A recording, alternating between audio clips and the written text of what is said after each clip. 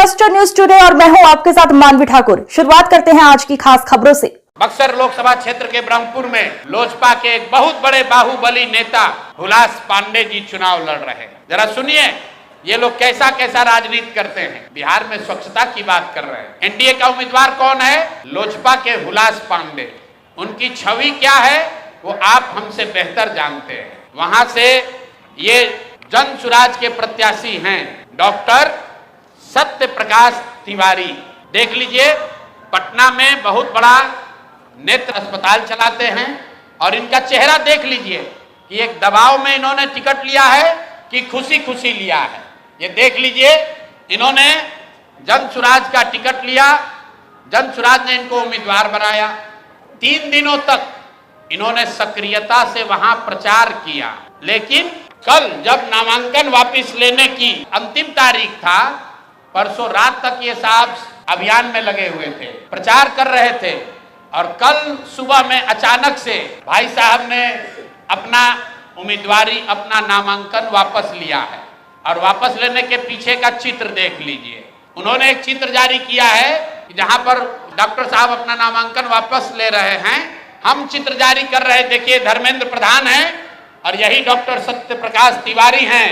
इनके घर पर बैठ के इनको देखिए क्या किया जा रहा है। आपने भारत के लोकतांत्रिक इतिहास में ये नहीं देखा होगा कि चुनाव घोषित होने के बाद जो उम्मीदवार है, आधिकारिक तौर पे जो उम्मीदवार है, उससे पार्टी का कार्यकर्ता नहीं, लोकल नेतृत्व नहीं, भाजपा के केंद्र में मंत्री धर्मेंद्र प्रधान है। ये देखिए हाथ मिला रहे हैं भाई साहब इस डॉक्टर के घर पर बैठ के। इसको दबाव देकर जबरदस्ती इनसे चुनाव में इनका नामांकन वापस लिया गया है। मेरे भाई, लोजपा के एक बाहुबली नेता को बचाने के लिए, वहां के एक जनसुराज के सभ्य डॉक्टर के उम्मीदवारी को खत्म कराने के लिए आप इतनी ताकत लगा रहे हैं, तो पूरा बिहार को ये देखने, जानने, समझने की जरूरत है कि जनसुराज के लोग भाग रहे हैं कि यहाँ खुलेआम गुंडागर्दी की जा रही है, लोकतंत्र की हत्या की जा रही है। आप बताइए, आप में से कोई भी आदमी, आप सारे पत्रकार, यहाँ देश के भी पत्रकार हैं, पूरे देश के इतिहास में, लोकतांत्रिक इतिहास में आप दिखा दीजिए कि जहाँ किसी दूसरे पार्टी का घोषित उम्मीदवार, उसके साथ भारत के केंद्रीय मंत्री बैठकर उसको डराकर, समझाकर, कोर्स करके उससे उम्मीदवारी वापस लेने के लिए मजबूर कर रहे हैं। ये चित्र आपके सामने जारी कर रहे हैं। ऐसी गलती इन्होंने सूरत में की थी लोकसभा चुनाव में। आपको याद होगा जब ये लोग 400 पार का नारा दिए थे, तो सूरत में सारे दलों के प्रत्याशियों का नामांकन वापस ले लिया गया था।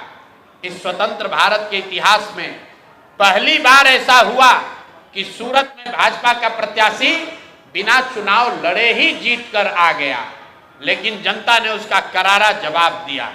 जो 400 सीट का दावा कर रहे थे उनको 240 पर निपटा दिया। तो बिहार की जनता को आपके माध्यम से बताना चाहते हैं कि ये सरेआम लोकतंत्र की धज्जी उड़ाई जा रही है, सरेआम उम्मीदवारों को धमकी दी जा रही है, उनको घरों में बंद किया जा रहा है। और बंद करने वाले लोग कोई स्थानीय नेता नहीं है, गुंडा बदमाश मवाली नहीं है। यहाँ के भारत के दूसरे मंत्री धर्मेंद्र प्रधान बैठकर देखिए चाय नाश्ता कर रहे हैं। और डॉक्टर साहब बताइए, कोई एक डॉक्टर हिम्मत करके बिहार की व्यवस्था को सुधारने के लिए खड़ा हुआ है, आप उसका हौसला अफजाई नहीं कर रहे हैं, आप उसका विरोध कर रहे हैं। यहाँ तक तो ठीक है, लेकिन आप उसके घर पर बैठ के उस पर राजनीतिक, आर्थिक, सामाजिक दबाव बना रहे हैं, उसको धमका रहे हैं। ये कहां तक ठीक है? ये बिहार की जनता को देखने और समझने की जरूरत है।